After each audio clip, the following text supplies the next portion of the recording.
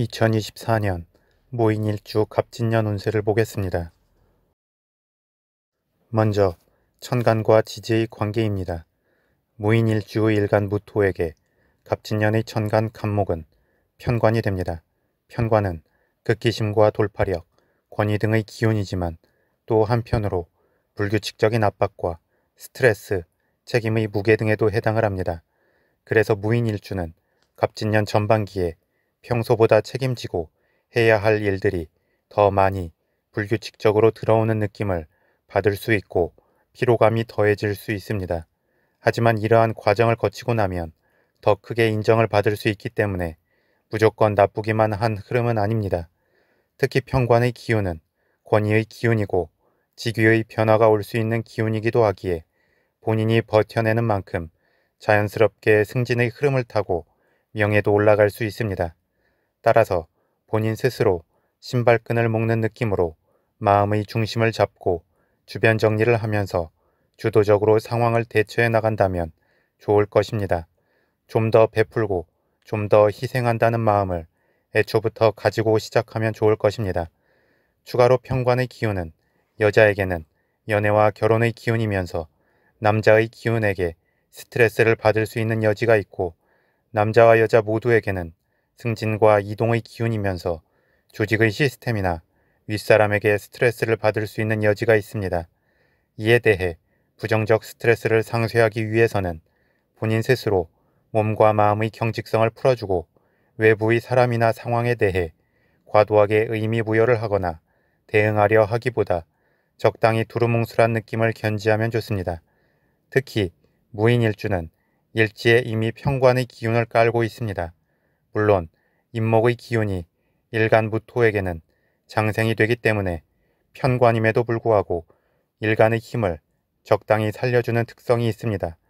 하지만 갑진년에 천간 갑목 편관의 기운이 추가로 들어오는 것이기 때문에 아무래도 일간 기준에서는 부담스러움이 있습니다.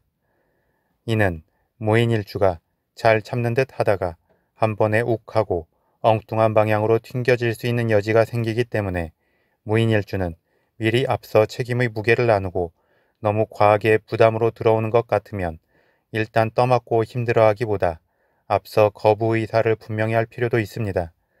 다음 무인일주에게 갑진년의 지지인 진토는 비견이 됩니다. 비견은 경쟁의 기운이고 동료와 친구의 기운이 됩니다. 그래서 무인일주는 하반기로 갈수록 강력한 경쟁심과 주체성이 커지고 외부의 자극을 받을수록 강력하게 투쟁심을 보일 수 있습니다. 그런데 경쟁을 위한 경쟁에만 매몰되면 현실적 결실 없이 감정 싸움만 될 수 있습니다.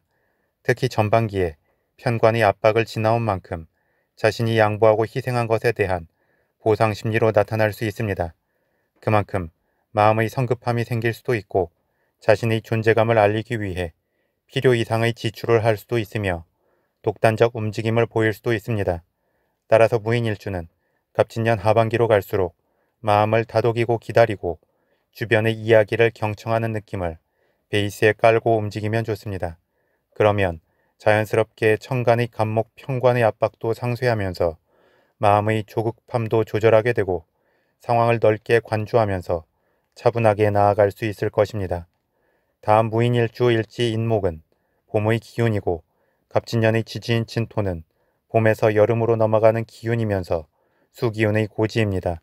그래서 인목과 진토는 일간 무토 기준에서는 편관과 비견으로 충돌할 수 있지만 또 적절히 타협하면서 자연스러운 연결이 되는 면도 생기게 됩니다. 특히 무인일주 일지 인목은 지장간 안에 갑목 편관, 병화 편인, 무토 비견의 기운이 내재해 있어 관인상생의 흐름이 좋기에 인목이 편관임에도 불구하고 일간무토를 잘 생해주게 됩니다.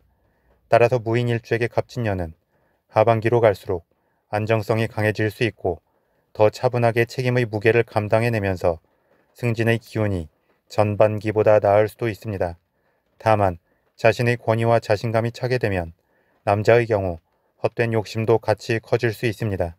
특히 갑진년의 지지인 진토의 지장간 안에 있는 계수 정제의 기운과 일간 무토가 암합할 수 있는 여지도 있기 때문에 무인일주 남자의 경우 뜬금없이 잘 모르는 분야에 투자를 하거나 여자 관계에서 조심할 필요가 있습니다. 다음 신살이 작용을 보겠습니다. 무인일주 일지인목은 역마살이 기운이 됩니다. 그리고 인목의 지장간 안에는 편관, 편인, 비견의 기운이 내재해 있어 무인일주의 경우 어떤 책임지고 해야 할 일 때문이나 아니면 책임의 압박에 따른 휴식을 위해 이동과 움직임이 많을 수 있습니다.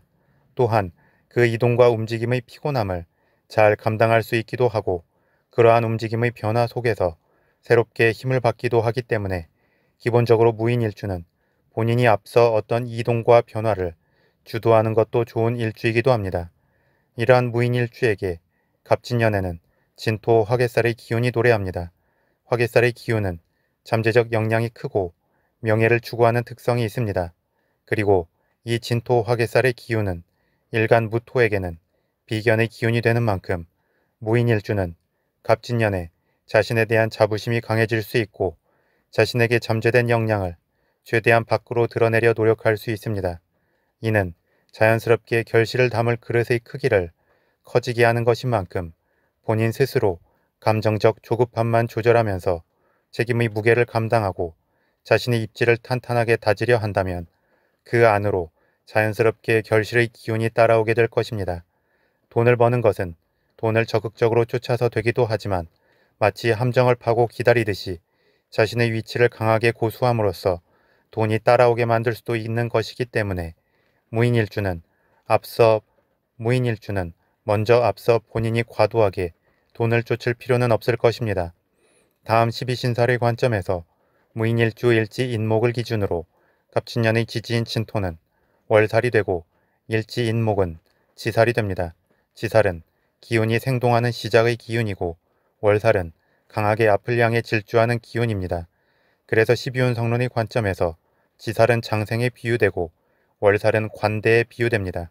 그런 만큼 무인일주의 지지인 인목에게는 갑진년의 지지인 진토가 자신을 강하게 이끌어주는 느낌이 됩니다. 다만 월살의 경우 고초살이나 고갈살로 불리우기도 하면서 힘든 일을 겪거나 자신이 가진 자산과 에너지를 모두 소진시킬 수 있는 특성도 가지고 있습니다. 물론 무조건 이런 나쁜 식의 해석으로 갑진년이 진행되는 것은 아닐 수 있습니다. 하지만 월살의 기운이 저돌적 힘은 있지만 경험의 완숙미가 부족한 기운이기 때문에 좌충우돌하고 무모할 수 있습니다. 특히 갑진년의 지지인 진토가 일간 무토를 기준으로 비견이 되기 때문에 일간에 힘을 주기도 하고 강한 경쟁심을 촉발시키기도 하는 만큼 과감하게 움직일 수 있는 여지가 있습니다. 따라서 무인일주는 갑진년을 맞이하여 일간과 일지가 모두 힘을 받는 한 해가 되기도 하지만 무모하고 과감해질 수 있는 여지도 있는 만큼 감정적으로 무언가를 행하기보다 마음을 누그러뜨리고 진중하게 관조하면서 차분하게 나아가면 좋을 것입니다. 기존의 상황을 유지하는 중에 자연스럽게 주어지는 책임의 무게를 감당하고 단계적 영역 확장을 이루어 간다면 가장 이상적일 수 있습니다. 마지막으로 12운 성론의 관점에서 보겠습니다. 12운 성론의 관점에서 무인일주 일지인목은 장생이 됩니다. 장생은 갓 세상에 태어난 아기의 느낌이 됩니다. 그래서 모든 게 새로운 만큼 호기심이 넘치고 생동감이 넘치며 주변에 기쁨과 활력을 주게 됩니다. 그런데 무인일주에게 이 장생의 기운은 편관이 되기 때문에 조금은 어색함이 있을 수 있습니다. 그래서 무인일주는 무언가 진지하고 진중한 것 같으면서도 엉뚱한 장난기를 발휘하는 반전의 모습들이 종종 나타날 수 있습니다. 더불어 장생의 기운은 아직 언어 발달이 안 된 시기인 만큼 주변과의 소통성이 부족하고 일관적 방향으로 에너지를 펼치기보다는 중구난방산만할 수 있습니다. 따라서 장생의 기운은 안정적 힘에 의해 이끌림을 받으면 좋습니다. 한편 무인일주는 갑진년에 관대의 흐름이 도래합니다. 관대는 갓 사회에 나온 청년의 느낌이 됩니다. 그래서 겁이 없고 에너지가 넘치며 추진력이 좋습니다. 하지만 경험의 완숙미가 없기 때문에 무모하거나 좌충우돌할 여지도 생깁니다. 그런데 무인일주의 장생의 기운 입장에서는 이 관대의 기운이 반갑기도 하고 부담스럽기도 합니다. 왜냐하면 관대의 기운이 질주하는 기운인 만큼 장생의 기운을 한 방향으로 나아갈 수 있게 해주는 면도 있지만 한편으로 그 방향이 엉뚱한 방향이 될 수도 있기 때문입니다. 그래서 무인일주는 갑진년에 자신에게 형성되는 강하고 활력 넘치는 기운을 적절한 방향성을 찾아서 풀어내는 게 좋습니다.